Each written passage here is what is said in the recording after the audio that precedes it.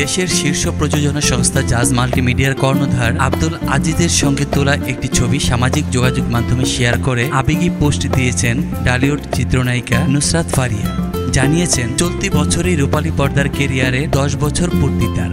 নতুন সিনেমায় অভিনয় করার সুখবরেরও ইঙ্গিত দিয়েছেন এই অভিনেত্রী। 22 জানুয়ারি সামাজিক যোগাযোগ মাধ্যম ফেসবুকে একটি স্ট্যাটাস দেন নুসরাত। ওই স্ট্যাটাসে তিনি জানান, দীর্ঘ সময় সবুজ অঙ্গনে কাজ করলেও সিনেমার কেরিয়ার শুরু করেন 2015 সালে।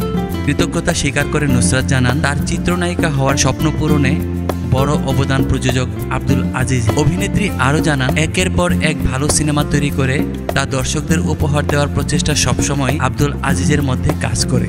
সম্প্রতি দীর্ঘ 7 বছর পর তার সঙ্গে দেখা হয়েছে অভিনেত্রী। সেই মুহূর্তকে ক্যামেরাবন্দি করে নায়িকা ক্যাপশনের অনুভূতি জানিয়ে লেখেন, ঘরের মেয়ে ঘরে আসার মতো আনন্দ। তাই খুব শিগগিরই জাজ মাল্টিমিডিয়ার নতুন কোনো সিনেমার কাজে অংশ নিতে চলছেন নুসরাত। সেই সুখবরই আন্দাজ করছেন ভক্ত ও নেটিজেনরা।